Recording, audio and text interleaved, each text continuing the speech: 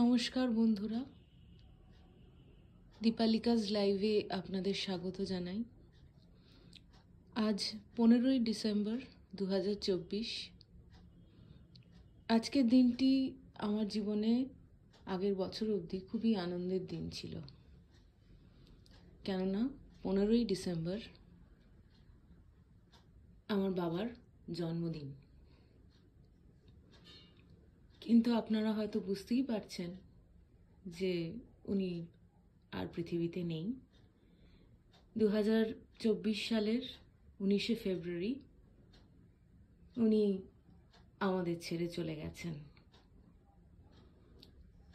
তো আজ সেই দিনটি 15ই ডিসেম্বর 2024 সাল, খুবই আবেগঘন মুহূর্ত আমার জন্যে। আমি এই বছরই আমার সব থেকে কাছের মানুষ,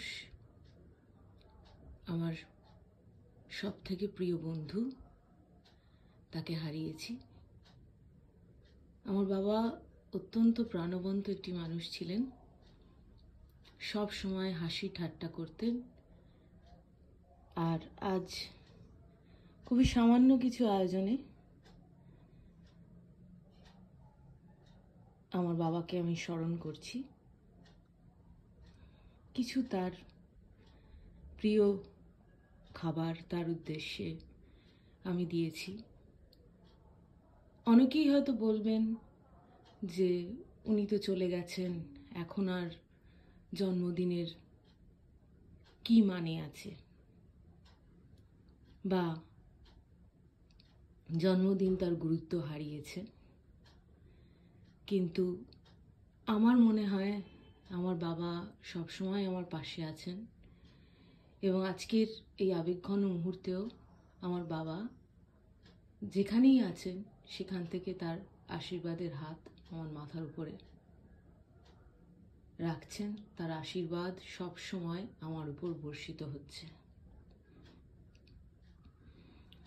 এবং এই আজকের আবেগঘন মুহূর্তটি আমি আপনাদের সাথে শেয়ার করলাম। জানি আমি সমালোচিত হব, এর আগেও অনেক সমালোচনার সম্মুখীন আমি হয়েছি। আমার আত্মীয়রা, যারা আত্মার আত্মীয় হতে পারেননি, হয়তো রক্তের সম্পর্কে আত্মীয়, তাদের মধ্যে এমন কথাও শুনেছি যে এখন তো তোমার বাবা চলে গেছেন, এখন ডেথ সার্টিফিকেট গুছিয়ে রাখার সময়, এখন তাকে বারবার স্মরণ করে কি হবে, বা ওনার অনেক বয়স হয়েছিল, 72 বছর বয়স, উনি চলে গেছেন, ভুগছিলেন, ঠিক আছে, কিছু ব্যাপার নয়। তো ফাদার্স হ্যাভ নো এজ, বাবা মার তো কোনো বয়স হয় না। তাই আমার কাছে সব থেকে কঠিন মুহূর্ত, আমার জীবনের কঠিনতম মুহূর্ত। তাই এই আবেগঘন মুহূর্তটি আমি আপনাদের সাথে শেয়ার করছি, এবং সকলের উদ্দেশ্যে আমি একটা কথাই বলছি যে সবাই